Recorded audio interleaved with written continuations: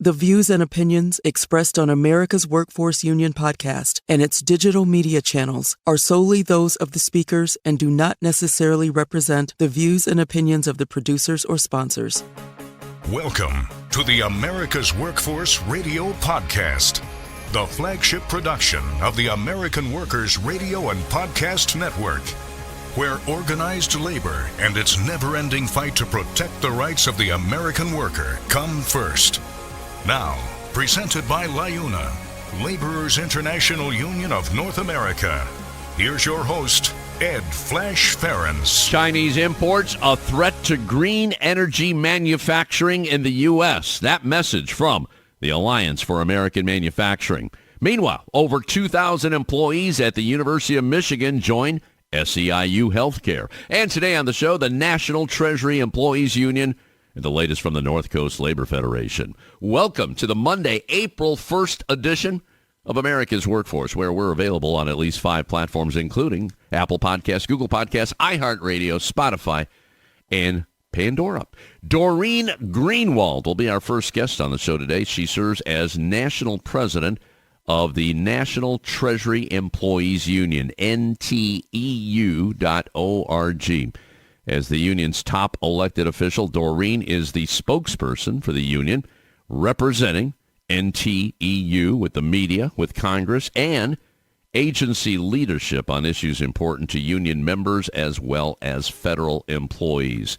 She spent her entire career at the IRS, where she worked as a revenue officer and served for 14 years as president of Chapter 1. And I'll tell you, this is one agency that is spread all over government. 35 departments and agencies. NTEU proudly represents law enforcement officers, scientists, attorneys, cybersecurity experts. 35 agencies across the country. They have offices in Washington, field offices in Atlanta, Austin, Texas, Chicago, Denver, New Jersey, and Oakland, California. Lots to talk about. IRS funding. Now, that's been a hot potato in Congress for a number of years now. The good news is the funding has improved dramatically. However, Congress rolled back about $20 billion of the money that was allocated. How will that impact the workforce? We'll talk about that. Also, we'll talk about solidarity. There was a legislative conference, this was in February, with NTEU and AFGE, the American Federation of Government Employees. How did that work out? What about telework? Apparently, that's one that some members of Congress don't like, and we'll get into that, plus increasing federal pay. Right now, there is a push to raise the pay of all government workers. I know we talked about this with the American Federation of Government Employees. We'll see how we're faring with the National Treasury Employees Union. So Dorene Greenwald will be our first guest. Then we're going to go to Pat Gallagher on behalf of the North Coast Labor Federation.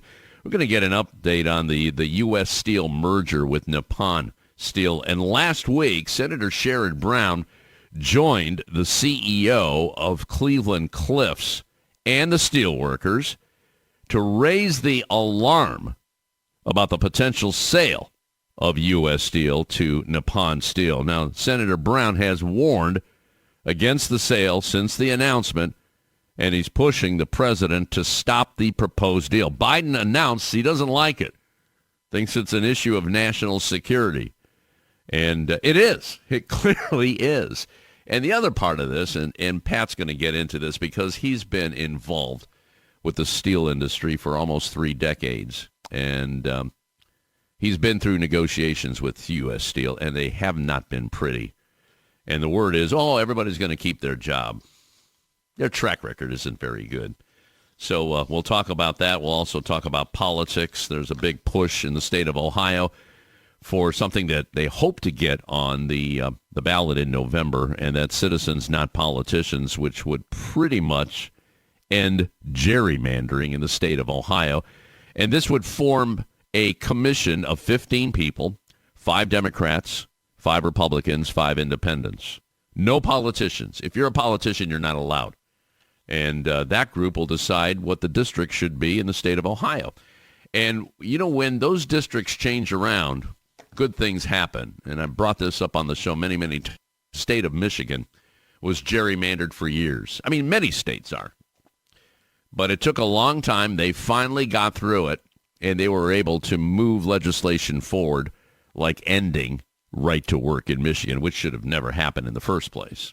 So Pat Gallagher will be our second guest right here on America's Workforce. Now, a brief look into the world of labor. This segment brought to you by Boyd Watterson Asset Management. $17 billion in assets under advisement, serving the needs of Taft-Hartley funds, corporations, public funds, endowments, foundations, as well as religious organizations. And they've been doing this for almost 100 years, since 1928.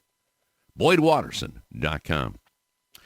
Big message here from the Alliance for American Manufacturing. China's glut of solar panels, electrical vehicles, lithium-ion batteries, all of that, threatens to strangle the clean energy manufacturing sector in the United States and destabilize supply chains, not just here, but around the world. This according to Scott Paul. This is all posted on their website, americanmanufacturing.org. The organization is urging U.S. government action to prevent a deluge of Chinese imports in its recent report on Chinese autos, including EVs. Now, during a speech at a solar cell factory in Norcross, Georgia, Suniva is the name of the factory, Treasury Secretary Janet Yellen asserted that she will push her Chinese counterparts to address their nation's overcapacity when she travels to China this month.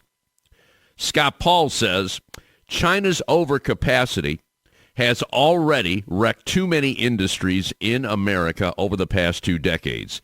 Beijing's policies and past administrations' hesitancy to appropriately prevent or respond to the threat has left us in a weakened state. Scott points out the U.S. solar manufacturing industry collapsed. This happened about 14 years ago during China's solar panel dumping barrage, thus leading the shuttering of Suniva's factory, Norcross factory. That was in 2017.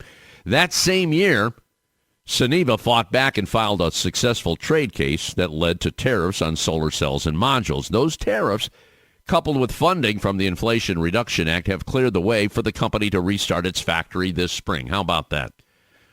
It's critical, said Scott, that the Biden administration and Congress proactively deploy existing trade tools and develop new ones to prevent job losses before it's too late.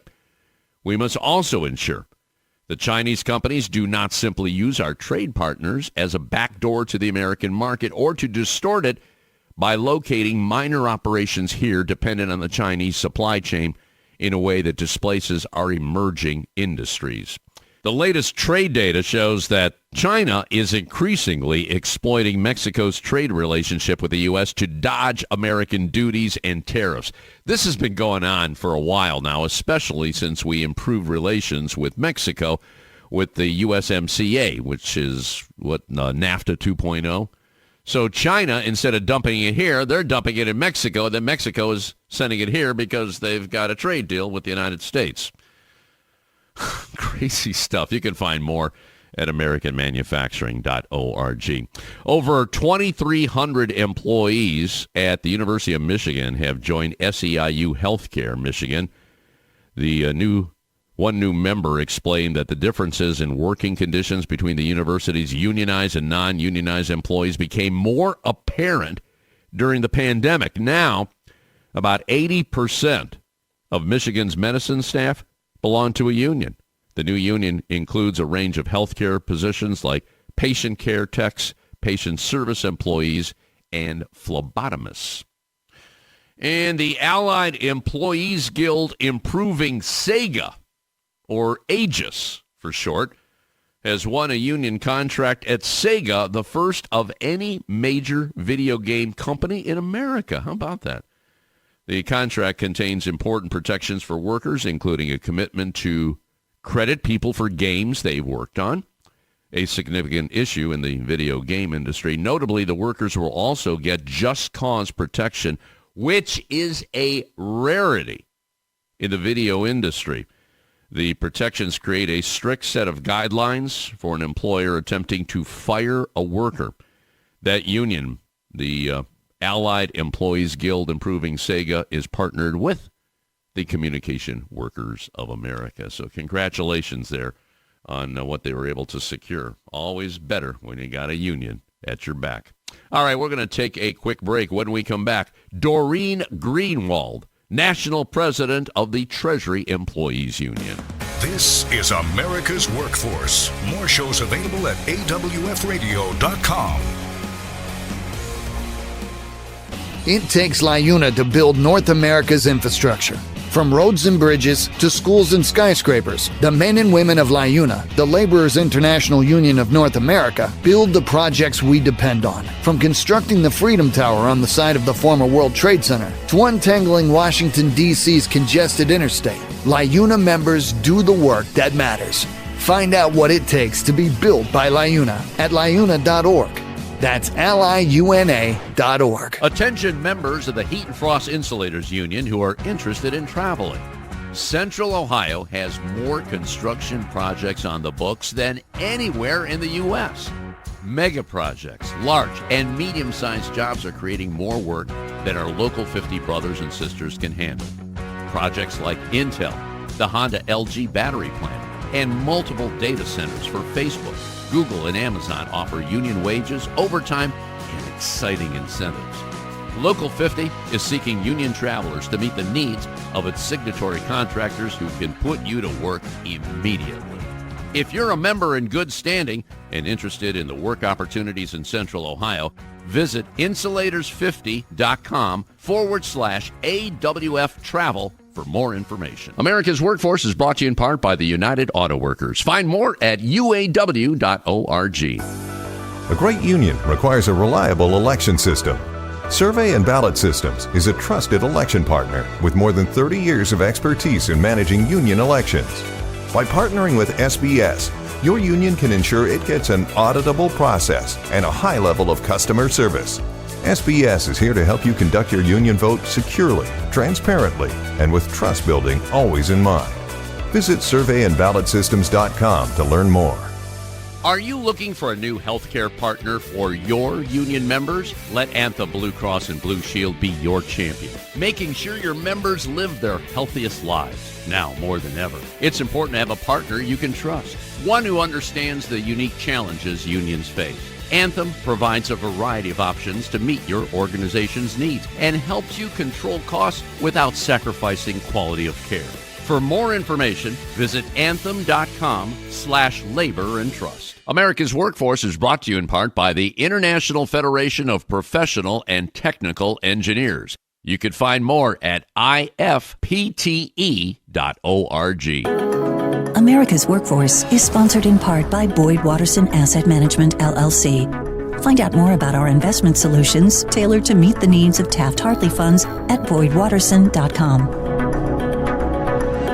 America's Workforce is brought to you in part by the Communication Workers of America. You can find more at cwa-union.org. Now, back to America's Workforce. Here's Ed Flash Ferenc. And remember, you can check us out on Facebook or follow us on X, formerly known as Twitter. That would be AWF Union Podcast. By the way, this next segment brought to you in part by the United Labor Agency. You can find more at ulagency.org. Let's go to line number one, and welcome back to the show. We always check in with the National Treasury Employees Union once in a while. And Dorene Greenwald took over as president in August of last year. NTEU.org. Again, they represent federal workers in 35 departments and agencies. And if you go to that website, you can see all the agencies that they represent. They have about 150,000 strong. Doreen has a background. Well, she's been working a long time at the IRS, and, well, we got tax time right around the corner. And there's been some controversy over funding the IRS in the halls of Congress. We're going to talk about that. Dorene Greenwald, welcome back to America's Workforce. And how are we faring here? You've been president, almost 10 months now. How's everything going in your office there? I know the last time I talked to you, it was a pretty smooth transition with Tony Reardon, but how are we faring right now, Doreen? Let's start right there. Well, thanks for having me on. It's been going very well. You're right. It was a smooth transition and basically hit the ground running and ready to fight for our members. So that's what I've been focused on doing. And I know you've been dealing with Congress. Now, where are we? I know your background. You worked a long time in the IRS, and I'm just wondering here, there's a lot of money that needs to be collected, and it seems like in all government agencies, too, we see understaffing going on. And obviously, if you're going to get more agents involved, people working at the IRS, you're going to fill the government coffers. And there's been a tug of war with one party, and I think you know what I'm talking about here as far as funding the IRS. Maybe I guess they just don't want them knocking on their door. I don't get the situation, but I know this has become really a hot potato. Where do we stand right now on funding? Can you fill us in? Sure. So the IRA, which was the Inflation Reduction Act, really set the stage for the IRS to rebuild after decades of being starved for funding. And so any of the reports you've read, you'll see that their technology needs improvement. There hasn't been hiring in years. And one of the best investments the government can make is in the IRS, because the IRS will help, bridge that gap as far as the amount of money that's sitting out there that the government needs to fund it. And so when the parties came together on the Hill and worked out a deal to raise the debt ceiling, part of that IRA funding was reduced by $20 billion. And so that was a huge takeaway from the IRS, because they need every dollar to get them up to current technology standards and to really help them serve the American people. As we saw before the IRA funding, there was so much cuts to the IRS over the years that they struggled. They had a backlog. People couldn't get service. The phone service when people would call for help during tax time was minimal.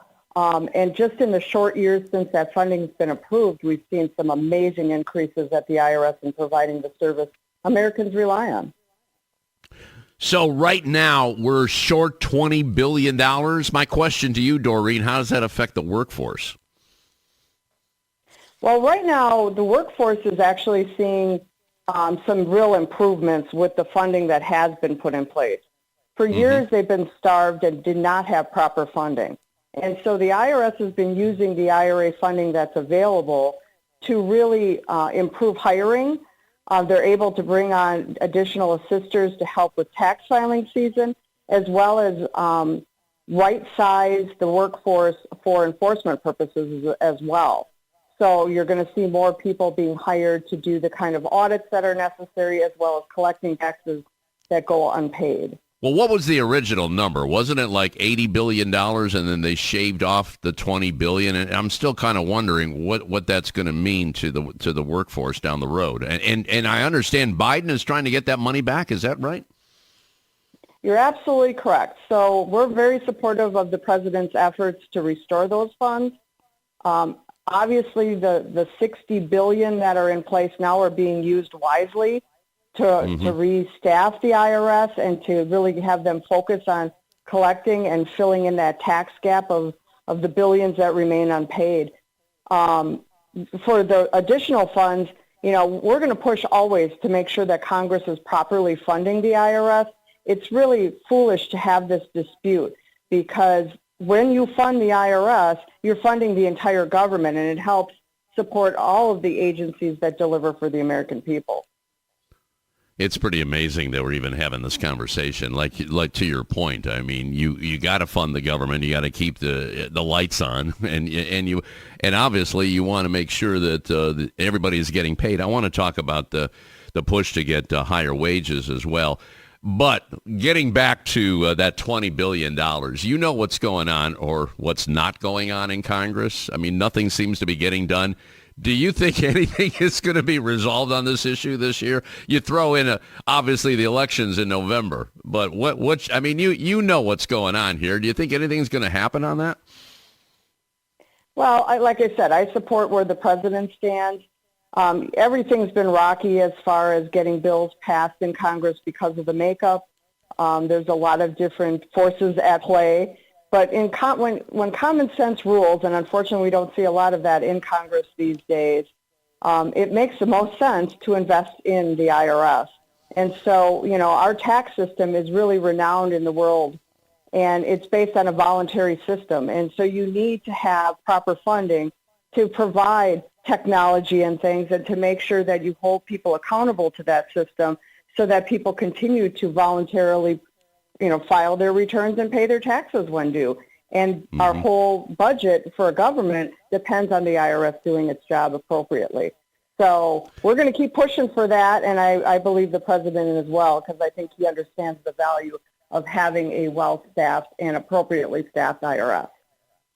And a well-paid staff. And I know the pay, when it comes to federal workers, there's a big gap between federal workers and the private sector. Let's talk about that, if you will, because I know there's a push to increase pay. I know your brothers and sisters over the American Federation of Government Employees, we're going to talk about that too. They've been pushing this as well. Where do we stand on that? And maybe you can give us that gap that I just referenced here to our listeners. I mean, because it's pretty significant. Doreen, go ahead. Yeah, it is a significant gap. So the recent numbers is showing it's actually increasing. We are up to a gap of over 27% that federal employees are paid less than their counterparts in the private sector. And last year, the Biden administration, and what we supported, gave the largest federal increase to federal employees in pay at about 5.4%. This year, we're pushing for 7.4%. The reason we are doing that is because we believe that gap has to be decreased going forward. Federal employees need a solid pay raise to decrease that gap, as well as keep up with inflation. So that number is based on a 4% across the board, plus a locality pay rate that is based on inflation of last year at about 3.5%. And so that's kind of where we're coming from on that. And the federal government needs to be competitive in this labor market. And without paying fair wages to federal employees, it's ridiculous that the federal government can't compete with a Target or a Walmart for many of these jobs. Yeah, that's pretty bad. Are we losing people because of what you just said, because they're not getting the proper pay? Absolutely. At a time when the government is hiring, we are losing people to other jobs and positions because they can get better pay in the private sector. So they're not even interested in looking at civil service. And you want government employees to be skilled in their labor, and you want these jobs filled so they can perform the work that's necessary for the American people. And so you better believe that if those wages aren't competitive, like I said, with Target or Walmart, we're losing good people to other positions when they would be considering a federal career. And then there's benefits. I was reading on your website. Website again is NTEU.org. We're speaking with Dorene Greenwald, president of the National Treasury Employees Union. Paid family leave. Do you have paid family leave, or you're fighting for it right now? I just want to be clear on that. We are fighting for it. We have fought for paid parental leave, and we have that. And now we want to expand it to paid family leave. It's so important in today's economy. We're seeing more and more families not only raising children, but also having a need to care for family members. And households are different than they were 40 years ago. And so we're looking for the federal government to provide benefits for paid family leave. I gotcha. What about like retirement benefits? Is there a fight going on to reduce that? I know a number of unions have had that struggle. How do we fare with the Treasury Employees Union? Well, we fight it just like our brothers and sisters at other federal unions. Obviously, the federal government right now offers what is called FERS. That has a Social Security component to it as a retirement system. And then recently they adjusted it over the last couple years to reduce some new people coming in. Obviously, we'd like to see that reduction go away. We'd also like to see the current calculation for retirement continue. And there's always been a push to reduce benefits for retirement. And that's something that, again, to attract and retain the best and the brightest for the workforce, we can't stand for. And we have to make sure those benefits are competitive. Yeah, that's what we want, the best and the brightest. All right, Doreen, I got to take a quick break. Dorene Greenwald joining us on our live line today. She's president of the National Treasury Employees Union. Again, the website, NTEU.org. We'll continue speaking with her. We'll talk about teleworking and more later in the show. Mr. Pat Gallagher, on behalf of the North Coast Labor Federation, we'll get the latest on that proposed merger between U.S. Steel and Nippon Steel in Japan. It's all part of America's Workforce. Back in a few. This is America's Workforce. It takes LiUNA to power North America with affordable energy. The men and women of LiUNA, the Laborers International Union of North America, have the skills needed to build and maintain oil, natural gas, nuclear, solar, and wind projects that are shaping America's energy future. From new energy tech to retrofitted facilities, LiUNA members do it all. Find out what it takes to be powered by LiUNA at LiUNA.org. That's LiUNA.org. The Iron Workers Great Lakes District Council, consisting of 8 iron worker local unions in West Virginia, Pennsylvania, Ohio, and Michigan. We build the skylines and bridges along the Great Lakes. With more work than ever before, the Great Lakes District Council is actively searching out the next great iron worker, whether it's building the next Intel plant or constructing a bridge to safely connect our great cities along the lake. So join the Iron Workers Great Lakes District Council today.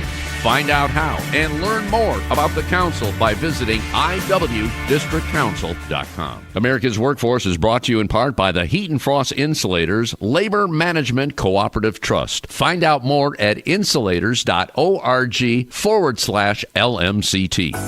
This segment of America's Workforce is brought to you by Survey and Ballot Systems. SBS has been providing unions with secure and flexible election options for over 30 years. Visit surveyandballotsystems.com to learn more.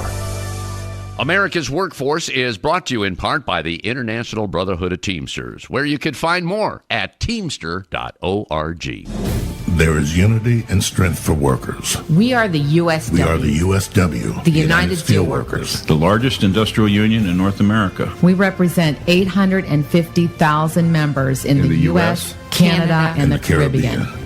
We work in metals, rubber, chemicals, paper, oil refining, atomic energy, and the service sector. We are steelworkers, standing strong and fighting for what's right. This portion of the show is brought to you by Anthem Blue Cross and Blue Shield, Labor's trusted health partner, bringing people, communities, and care together to transform the future of health. For more information, please visit anthem.com/labor and trust. Now, back to Ed Flash Ferenc with America's Workforce. And remember, you can check us out on at least 5 platforms. That includes Apple Podcasts, Google Podcasts, iHeartRadio, Spotify, and Pandora. And when you get an opportunity, here's what you do. Just sign up and receive our shows on a regular basis and give us a rating. We always appreciate those 5-star ratings, so please keep them coming. By the way, this next segment brought to you in part by the Ohio Federation of Teachers. You can find more at oh.aft.org. Let's go back to our live line, rejoin our featured guest today. That would be Dorene Greenwald, who's president of the National Treasury Employees Union, NTEU.org. And as I indicated at the top of the show, this is a union that's spread all over the federal government, 35 departments and agencies, Department of Agriculture, Commerce, Defense, Energy, Health and Human Services, Department of Interior, Treasury. We talked a lot about the IRS. Let's see, my gosh, Federal Communications Commission, the Environmental Protection Agency, Consumer Financial Protection Bureau, Social Security Administration, the Nuclear Regulatory Commission, also Homeland Security. I see Customs and Border Protection. Now, Doreen, that's different from Border Patrol. Am I correct in saying that, Doreen? You are absolutely correct. We represent the proud men and women in blue that protect our ports of entry and our borders and help with the commerce crossing the borders. They're also responsible for checking cargo and the drug traffic, making sure that illegal drugs are not coming into this country.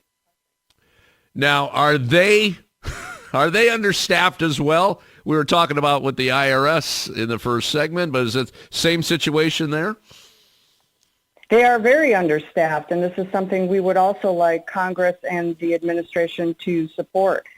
Based on our Customs and Border Protection's own numbers, they need hiring. They're short about 4,500 employees, and that is so necessary to make sure, like I said, that we can keep commerce moving, as well as, there's a high level of concern about fentanyl getting into the country, and without having adequate staffing there, they're stretched to the limits, and they need that kind of hiring to be successful.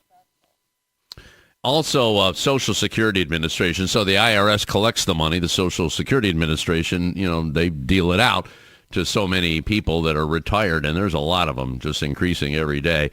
Same situation there. I know there's been some issues in Social Security as far as staffing as well. Pretty much the same situation there then, right?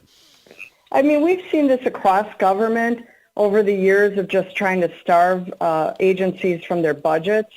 And a lot of this is just based on a misconception of what is necessary to have an effective and efficient operating government. You want your government to work efficiently. And so having funding that is necessary to support the men and women that work for the federal government, making sure there's proper hiring, that they have the tools necessary, that's to me dollars well spent. That's what taxes are about. And that's about making sure that you have a government that works for the people. Doreen, if you don't mind, let's switch gears. I want to talk about another agency here, the American Federation of Government Employees, a big union. And I know in February there was a legislative conference, and I guess they invited you to speak there. I'd like to hear. I mean, was this a first? Let's start right there, because usually I don't recall. I've been doing the show a long time. I haven't seen anything like this. But was this a first? It absolutely was a first. For the first time ever, I was invited to speak at AFGE's legislative conference, as well as they were invited to NTEU's legislative conference. And so we were pleased to address each other's members, because quite frankly, we're fighting the same fight for our federal employees. And so at a time like this, when every vote matters, every fight matters, we are definitely aligned together to make sure that we accomplish the goals necessary to deliver for federal employees. So is this something that's probably going to continue in further legislative conferences then? Well, President Kelly and I are allies. We are working in solidarity to focus our energy on issues that we align on, and so I don't see that changing anytime soon. We're going to keep working together to deliver. As I said, there's so many issues right now, and so many misconceptions about federal employees in general, that we have come together to fight, to make sure that we're getting the facts out there and are fighting for the things that are necessary to keep our government functioning efficiently and for the American people. Oh, I know. Federal employees have been demonized for years. One more question here, teleworking, and I know this popped up during the pandemic, and it's still happening in a number of government agencies. Where are we with teleworking? And I know that there's members in Congress that don't like it. They want everybody to be back in the office. So what's the situation right now, Doreen? Well, you said that 100% correctly, that there's some who do not see the value in telework. There's others that want to limit it. But I would tell you that from a union that has had telework in its contracts going back to the 90s, telework has been around for a very long time. This is not something that just was created based on the recent pandemic. And we've, at NTEU, have always focused telework based on the ability to perform that work in the same fashion at home. And so with the increases in technology, we find that employees are more productive at home. It is a huge recruiting incentive. We know from the federal data that they are able to get 25% more people interested in positions that offer telework or remote work. And all the data shows it is working. And so we're focused on that. We're going to stand firm on our contracts, and we're going to expand it where necessary because, as I said, where technology continues to improve, the same type of access you have to a computer in the office you can do from home. And so we're looking to shrink the federal government footprint for real estate, which is a waste of funds, and invest it in the people that deliver for the American people. There you go. So you have data. You have data on productivity. People are more efficient working for the government at home, but somehow that message isn't translating to the powers that are in office right now. Is that pretty much what I'm hearing? Well, OPM has been on the Hill sharing that data. I can give you an example. We were talking about the IRS earlier. Prior to the pandemic, we fought to get our phone assisters at IRS to be able to telework. Everything is on their computer. They log in through their computer. They take calls from their computer. They're monitored every minute of every day via their computer. That doesn't change whether they're in the office or at home. We found that during the pandemic, the IRS got funding and was able to supply phone assisters with computers to do just that, work from home. The level of service during the pandemic went from anywhere between 10 to 12% to over 85%. That is just with people on telework. And so I don't need special reports to tell me that telework works. I'm telling you the service that employees were able to provide from their homes increased during a pandemic due to telework. So telework works, and I'm going to stand by telework going forward. And you have that in your contract then, Doreen? Absolutely, we do. There you go. Amazing, just amazing. Dorene Greenwald, President, National Treasury Employees Union, national website, NTEU.org. You can see all the agencies that they represent. You can check them out on Facebook, NTEU National, and you can follow them on X, formerly known as Twitter. That would be NTEU News. Okay? Doreen, great job. Thank you so much. Part of me wanted to say that I got a text that Biden is going to increase, he's going to override Congress by executive order, give everybody a 10% pay raise, and then tell you April Fools, because today is April Fools. But I remember Carter actually got a 10% raise for federal employees back in the late 70s. I wasn't there, but I've done my research. So that would be welcome news to federal employees for sure. I hear you, but that wasn't April Fool's, though. That was real. No. So, all right, Doreen, thank you so much for joining us today. Keep up the great work, and please keep in touch with us. You got a friend here on America's Workforce. We got a lot of reach here. Last time I talked to you, I don't know if you know this, but we're the top 1% of all podcasts now. So last year was explosive. You saw what happened last year with the Teamsters, the UAW, my union, SAG-AFTRA. The Writers Guild. So unions are hot. They're in favor. Let's keep that ball rolling, okay? I hear you. Thank you for all you do, and I appreciate being on. Thank you. All right. Okay, you got it. Quick break. Pat Gallagher with the North Coast Labor Federation coming up next. You're listening to America's Workforce with Ed Flash Ferenc. It takes LiUNA to keep America running. Over 70,000 public employees are part of LiUNA, the Laborers International Union of North America, delivering critical services such as healthcare and emergency response, as well as maintaining roads and sanitation systems. Even the National Postal Mail Handlers Union, representing over 47,000 U.S. postal workers, is affiliated with LiUNA. Find out what it takes for LiUNA to keep America running at LiUNA.org. That's LiUNA.org.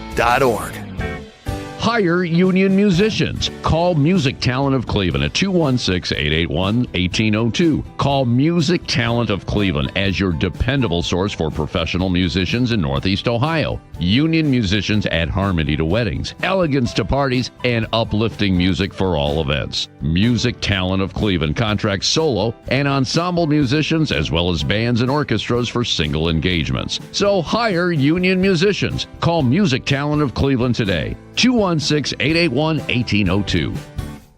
This portion of the show brought to you by the International Union of Bricklayers and Allied Craftworkers. For more information, please visit bacweb.org.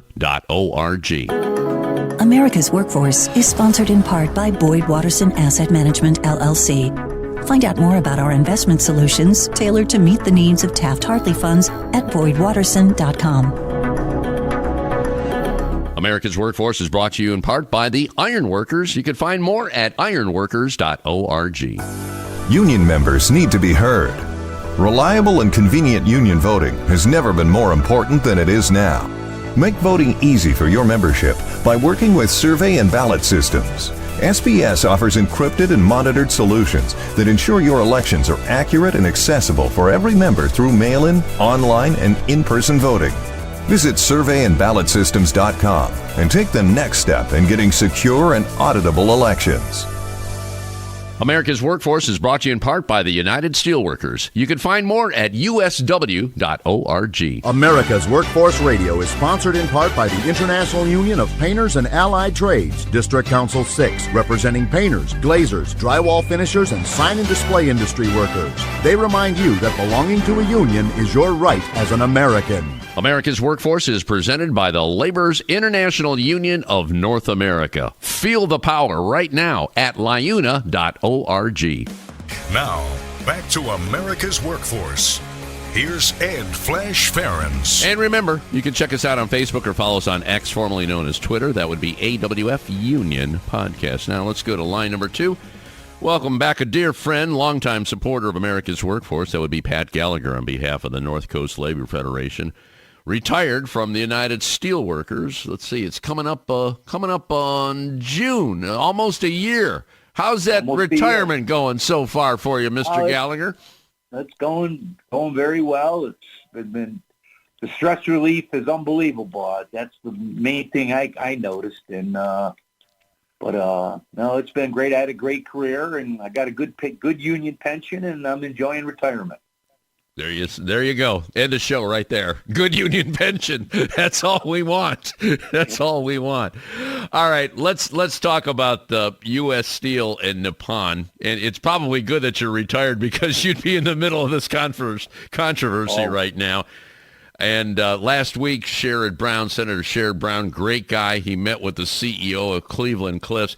I know you wanted to talk about the history of U.S. Steel. And You've had your issues with this company for a number of years. Why don't you give us a little backdoor view of what you had to deal with and your thoughts on this whole thing that's going down right now? Hopefully, it's not going to happen. But let's start with the history. Go ahead. Well, there's a lot of history between the United Steelworkers Union and U.S. Steel. They were actually the first company that ever recognized us as a union. And Bob Bratlich, who was a director out in Minnesota, he was a U.S. Steel miner. He said that they were first to recognize us, and they've been making us pay for it ever since. So our relationship with U.S. Steel has been controversial through the years. But one thing has really changed recently is that U.S. Steel was a very company that was very, very inward. They kept themselves in line. They had executives that were always promoted from within. They never went out. Once you left U.S. Steel as an executive, you could never come back.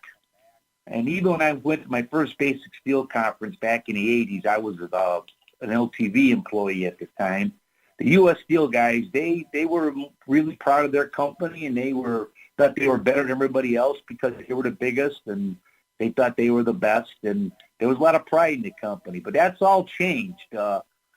Around 2014, I think it was, John Surma, who was the last U.S. Steel homegrown CEO, retired.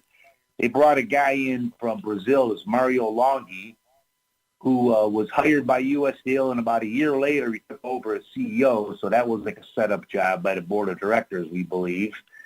And then he brought in this David Bird, who's now the CEO. And ever since they've come in, they've really bastardized the company, and our relationship has even been really bad, and it's been an uphill struggle. Dealing with U.S. Steel for a long time through the facilities out in Lorraine. I represented them for about 20 years, and they decided to shutter them in 2015. So it's been a very difficult time with U.S. Steel through the years. So this deal with Nippon, were you at all surprised by that? And I bring that up, too, because I know Cleveland-Cliffs, which is a pretty decent company. We could talk about that as well. They were part of this deal, and all of a sudden it seemed like it wasn't going to happen with Cleveland-Cliffs. This comes out of the blue with U.S. Steel. Were you taken back by that? Well, I think it was a set-up job by U.S. Steel. The board of directors announced, hey, we're going to, get solicit bids for the company, and Cleveland-Cliffs put a bid in, and with several other bidders put in, and all of a sudden they had this deal for Nippon, which was twice what the going rate was. So we were a little surprised about that. It was in December. We knew something was up. Nippon's already the fourth biggest steel maker in the world. If they buy U.S. Steel, that'll be pretty close to the second biggest steel making company in the world. So that's, very concerning in itself. Besides being a company that's based in Japan and not governed by U.S. laws, and we have a hard time tracking profits, tracking, investments. And then we were very concerned about what impacts that would have, not only on, on our members, but also on the domestic defense and the infrastructure products. Steel is a very used commodity. We need it, every day in our country. And, it had that much steel controlled by a foreign company is very concerning. Well, Biden came out against it. I'm just wondering, in your opinion, what that means. Yeah, because you got the president of the United States saying this is not a good thing, especially when it comes to national security. I mean, we're losing a giant steel company here, and we have foreign control. Yeah, I think that's quite powerful, and that's a great, we really applaud President Biden for his willingness to get involved in this and try to protect the U.S. steel industry. And, Senator Sherrod Brown's also come out with, with statements supporting, not supporting the purchase by Nippon, so keeping the steel production in the domestic owner, which we believe is very important, and it's very important to the long-term security of our country. Yeah. Yeah, it's so important. Speaking of Senator Brown, I was talking about him recently on this Stop Mexico Steel Surge Act to reinstate the 232 tariffs on steel imports. And, there's another one, too, Leveling the Playing Field 2.0. That would strengthen trade remedy laws. This is crazy. Now, Pat, you and I have had many conversations about China. And I was reading earlier about the Alliance for American Manufacturing, and you know that organization because it's affiliated with the steel workers. China is just dumping. I mean, in addition to steel, the Alliance said it's solar panels, electric vehicles, lithium-ion batteries, and they are sneaky because there's certain laws, obviously, that of dumping in the United States, but don't they go through Mexico and also Canada? Is that right? Yes, they do. They've been known to have products go to companies that are based in Mexico and based in Canada and actually change the stamps of the country of origin, where they change them to Mexico, they change to Canada to avoid the trade laws and trade sanctions that are against them. This has been a practice been going on for 20, 30 years by them, and they're known to be trying to beat the laws and beat the system whenever they can. China has increased its steel production to over 1 billion tons a year. And they're by far the largest steel producer in the world, and all they do, and they're the dirtiest steel producer in the world with the largest, environmental regulations that they violate, and they're heavily subsidized. They're heavily, rampant pollution, unfair dealings, and it's just a problem for the whole steel industry. And they've got to be, monitored and watched, and we've got to have a tight control of it. And I applaud Sherrod Brown for trying to, make this. He's been a great supporter of, of unfair trade for years and years, and this is just another example of his fight for the American worker. Yeah. I mentioned Cleveland-Cliffs, too, as, the original bidder there for U.S. Steel. Aren't they a pretty clean company? And I was just reading, too, I know this administration is pumping more money into green energy, and they're going to be part of that. But your relationship with them has been pretty good, hasn't it? Yeah, we have had a good relationship with Cleveland-Cliffs. They've done some, they bought the company's steel companies from AK Steel and ArcelorMittal, and they've done a great job investing in some of the facilities and putting some money in there, which we really applaud. You got to remember that U.S. steel, the domestic steel industry, leads the world in clean steel production. So, I mean, we're the ones that are the most cleanest. There's been some EPA regulations that were proposed that actually Senator Brown came against that would put harsh restrictions on the U.S. steel industry. And what people got to remember is, we've got the cleanest industries in the world in steel and refining, but it doesn't matter what we do if the rest of the world is polluting, without any restraints. So we've got to, we've got to make sure that we've got some kind of global commitments on this and not put an undue burden on U.S. manufacturers and producers. All right, let's switch gears here, if you don't mind. North Coast Labor Federation, very politically active. We got a big election coming up in November, and I know you're going through the candidates right now as we speak. And one of the big issues is this citizens, not politicians deal that they're gathering signatures on. And hopefully that'll, most likely it should be on the November ballot. I think we're doing pretty good. We'll get an update from Tim Berga tomorrow on behalf of the Ohio AFL-CIO. But gerrymandering, boy, that's been a mess in the state of Ohio, isn't it? Yes, it has. It's been, I think it's a big problem that we have here. It's some of the political division and polarization that we've had. And the citizens, not politicians, ballot initiative, it looks very well like it's going to get to the ballot. The last report I got, that signature gatherings are good, and we're right on target with our goals. So it should reach November ballot, and I think it'll make a big change in the state of Ohio on representation, and hopefully it'll move Ohio forward into the, next period that we have, and hopefully help the citizens of Ohio. So. And the best part about this, Pat, bans current or former politicians, political party officials, and lobbyists from sitting on that commission. So if you held office at any one time, you are not allowed there, okay? You are not allowed on that commission. And there's going to be an application process, too, reviewed by judges and determine who's the best candidates for this for this committee, and hopefully we can get something done here and get this going as soon as possible in the state of Ohio. All right, let's talk about, we just got a couple of minutes left here, Labor 2024, the Ohio AFL-CIO Labor 2024 program. I know you're heavily involved in that. Why don't you just explain briefly how that works, what you actually do to make that happen?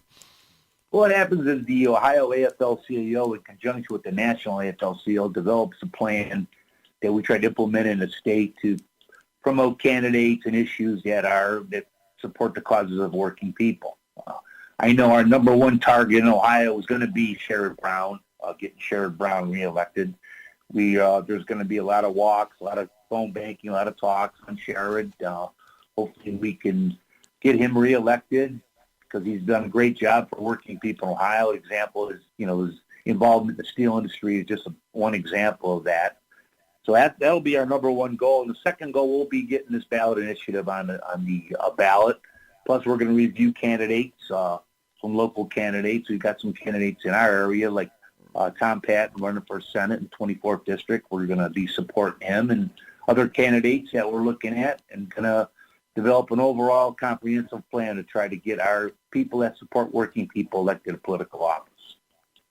Bottom line on this, doesn't matter if you're a Democrat or Republican. If you support workers, you'll get the support from labor. That's what it's all about. That's our view. It's about helping and promoting working people in our state, and we need to get candidates who will continue to do that, whether they're Democrat or Republican. Very good. We'll leave it on that note. Pat Gallagher, on behalf of the North Coast Labor Federation, you take care, stay safe, and we'll do this again down the road. Okay, brother? Okay. Thank you, Flash. All right, that'll be it for another edition of America's Workforce. Coming up tomorrow, Mr. Tim Berga of the Ohio AFL-CIO. That and more. Until then, all of you have a safe and wonderful day. That concludes another episode of the America's Workforce Radio Podcast. Thanks for listening, and be sure to subscribe so you never miss a show. America's Workforce is a production of Labor Tools and BMA Media Group. Find out more information online at labortools.com.